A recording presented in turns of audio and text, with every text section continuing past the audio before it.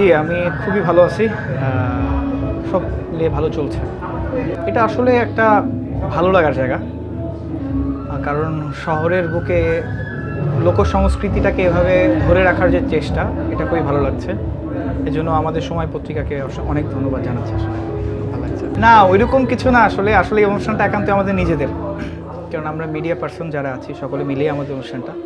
তো সবসময় একরকম না, আজকে ভাবলাম একটু নিজের মতন করেই যাই আসলে, এই জন্যই আসলে, এছাড়া কিছু না। ওইটা আমার ভালো লাগা, ওইটা আমার শ্রদ্ধার জায়গা, ওইটা সারা জীবন থাকবে।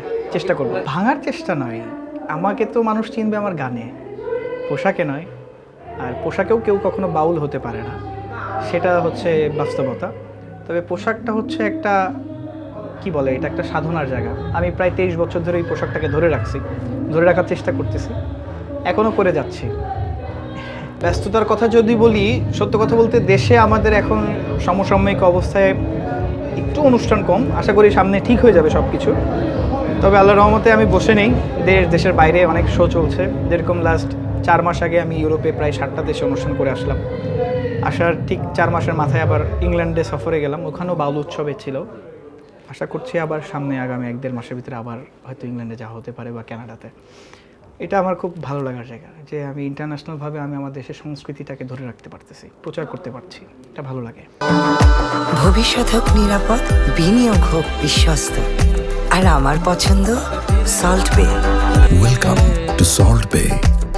মঞ্চ পারফরমেন্সের পাশাপাশি প্রথমত হচ্ছে আমি সঙ্গীতের অধ্যয়নে রয়েছে, সঙ্গীত শেখার চেষ্টা করছি। আমি উচ্চাঙ্গ সঙ্গীতের উপরে পড়ালেখা করছি। পাশাপাশি আমি যতটুকু পারি ততটুকু শেখানোর চেষ্টা করি আমি ছোট ছোট বাচ্চাদেরকে। এটা আমার একটা ভালো লাগার জায়গা। আর নিজস্ব অনেক অ্যালবাম রয়েছে, মৌলিক গান নিয়ে কাজ করছি। আমার যে প্যাটার্ন, আমি একটা আলাদা একটা প্যাটার্ন মেনটেন করার চেষ্টা করি। আমার একটা ঘরানা আমি নিজের মতন করে।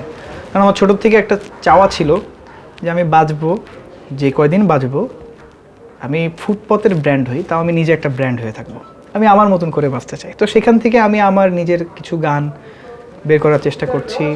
অনেকগুলো অ্যালবাম রয়েছে আমার, প্রায় 100-র উপরে মৌলিক গান আছে। তার ভিতরে কিছু গান মানুষের কাছাকাছি আছে। এই আর কি চলছে। এটা বেছে নেওয়ার কারণ হচ্ছে, আমি যখন লালন সেজি একটি গান গাইলাম যে সত্য বল সুপথে চল ওরে আমার মন, এই গানটা যেদিন আমি গাই সেদিন আমার ভিতরে একটা অন্যরকম একটা ভালোবাসার জায়গা সৃষ্টি হয়। যে মানুষ বলে গান শোনা হারাম, মানুষ বলে গান শুনলে এই হয় সেই হয়। আমি যে গান করতেছি সেটা আমাকে সঠিক পথের কথা বলতেছে। তার মানে এই নয় অন্য গানে ভুল পথের কথা বলতেছে। সব গানের প্রতি আমি শ্রদ্ধা রাখি, তবে লোকসঙ্গীতের ভিতরে কি একদম ডিরেক্ট মাটির সাথে কানেকশন রয়েছে। আর যেহেতু আমি বাঙালি, বাংলায় আমার জন্ম, তা আমি আমার সংস্কৃতিটাকে ভুলতে চাই না। আর এছাড়াও আমি বিশ্বের 14টা দেশে পারফরমেন্স করেছি এই লোকসঙ্গীতের উপরেই। তো এই জায়গা থেকে আমার এটার প্রতি আরও একটু বেশি দুর্বলতা। লোকসঙ্গীতটার বাইরে আমি আসলে কখনো ওইভাবে করতে চাইনি। পারিবারিকভাবে যদি বলি, আমার বাবার সবথেকে বড় অবদান। আমার বাবা, আমি যেদিন গান শুরু করি সেই দিন থেকেই আমার বাবা আমার পিছনে শ্রম দিয়ে যাচ্ছে, এখন পর্যন্ত আমার পিছনে আছে। এবং সঙ্গীতটাকে আমি যেন সারা জীবন ধরে রাখি, এর জন্য আমার বাবা নিজের যৌবনকাল বলবো বা যে কোনো সময় অনেক অনেক ভালো সুযোগ সুবিধা সে হাত থেকে ছেড়ে দিছে। অনেক টাকার মালিক হয়তো থাকতাম, কিন্তু এই ভালোবাসার জায়গাটা আমার থাকতো না। সেই জায়গাটা থেকেই বাবা আমার পিছনে এখন পর্যন্ত লেগে আছে। আর বা আমার পুরো পরিবারেরই একটা বিশাল ভূমিকা আছে। আসলে সঙ্গীত মূলত হচ্ছে গুরুমুখী বিদ্যা। এটা ইউটিউব থেকে শুনে, ফেসবুক থেকে শুনে আসলে শিল্পী হওয়া যায় না। আর সবথেকে ইম্পর্টেন্ট কথা যেটা, আম গাছে কখনো জাম ধরানো যায় না, তেমন সঙ্গীত হচ্ছে স্রষ্টা প্রদত্ত একটা জিনিস। এটা মায়ের গর্ভ থেকে নিয়ে আসতে হয়, আমি যেটা মনে করি। তো আমার গুরু অনেকেই ছিলেন, তবে শুরুতে আমার যে গুরু, যার হাত ধরে আমার আসা, সমীর বাউল, তার একটা অবদান ছিল। এবং আমি পরবর্তীকালে এসে মোহাম্মদ শফিক স্যার, যার কাছে আমি লোকসঙ্গীত শিখি, পাশাপাশি উচ্চাঙ্গ সঙ্গীতের একটা দীক্ষা নেই, তার অনেক বড় একটা অবদান আমার প্রতি। আর সবথেকে বড় অবদান আমি আমার গুরু হিসাবে আমার বাবাকেই মানে। কারণ আমার বাবা দেখা গেছে অনেক বড় বড় গুরুজির কাছে গেছে, আমি শিখতে পারিনি, কিন্তু আমার বাবার সঙ্গীতের কিছু জানে না, তারপরেও সে চোখ দিয়ে শিখে আসতো, ওইটাই আমাকে শিখাইতো। আর ওইটাই আমি শিখে আজকে এতটুকু দূর। আর গুরু দুনিয়ামুখী গুরু বলবেন, আর হচ্ছে আধ্যাত্মবাদে যদি গুরু বলেন, সেটা তো আছেই, সেটা নিয়ে কথা না বলি। আসলে সমস্যাটা হচ্ছে কি, বাউলরা হচ্ছে অসাম্প্রদায়িক চেতনা নিয়ে বাঁচতে চায়। বাউলরা হচ্ছে সহিংসতার বাহিরে থাকতে চায়, বাউলরা সবাইকে নিয়ে থাকতে চায়। কিছু গোষ্ঠী আছে যারা আসলে আমি যা পেয়েছি তাই অনুসরণ করব। এটা একটা কোরআনের যে কোনো একটা আয়াত, আমি ওইভাবে বলছি না কথাটা। তো আমরা আসলে এই অন্ধত্বের জায়গায় নাই। আমি কাউকে অন্ধ বলছি না, সবাই যার যার বিশ্বাস নিয়ে বাঁচে। তো আমরা আমাদের বিশ্বাসের জায়গাটা হচ্ছে আমাদের দরকার ভালোবাসা, আর ভালোবাসা পেতে গেলে একটু ব্যথা পাওয়া লাগে, আর এটা যুগ যুগ ধরে হয়ে আসছে। এখন তো হিসাবে কম হয়।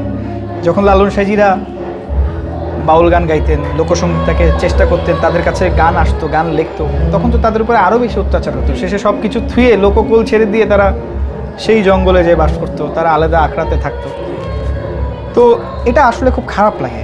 কারণ হচ্ছে আমি যখন ইন্টারন্যাশনালি কাজ করতে যাচ্ছি, আমাকে কতটা সম্মান দেওয়া হচ্ছে, আর আমি দেশে যখন আমার বাউল পোশাক পরে গান করতে যাচ্ছি, তখনই আমাকে অন্য ধর্মের একটা ট্যাগ লাগাই দেওয়া হচ্ছে যে বিধর্মী বা হচ্ছে অন্য কিছু। কিন্তু দেখেন ভাই, আমি যেটা করতেছি সেটা কিন্তু 10 জন করতে পারতেছে না। আমি তো চুরি তো করতেছি না, আমি তো সঙ্গীত করতেছি, মানুষকে ভালো রাখার জায়গা, মানুষ শান্তির জায়গা। এটা আমি সঙ্গীত দিয়ে মানুষকে ভালো রাখতে চাচ্ছি, আমি মানুষকে আনন্দে রাখতে চাচ্ছি, আমি তো চুরি করতেছি না। তো আমাকে কেন আপনি গায়ে হাত তুলবেন? আমাকে কেন আপনি অন্য ধর্মের বলেন আর এত কিছু পদবি আমাকে কেন দিবেন? আমরা হচ্ছি সকলের জন্য। একজন মুসলিম বক্তা যখন ওয়াজ করতে বসে, তখন সেখানে সকল মুসলিমরা আসে। একজন হিন্দু ধর্মের যখন কোনো শিল্পী কীর্তন করে, তখন অনেক হিন্দু ধর্মের মানুষ আসে। কিন্তু একজন যখন শিল্পী গান করে, তখন কিন্তু সেখানে হিন্দু, মুসলিম, বৌদ্ধ, খ্রিস্টান ভেদাভেদ থাকে না। সেখানে সবাই আসে গান শুনতে, তার কথা শুনতে। কেন? কারণ এটা হচ্ছে, এর ভিতরে কোনো বৈষম্যতা নেই। এটার ভিতরে সবাই মানুষকে ভালোবাসার কথা বলা আছে। Thank you so much.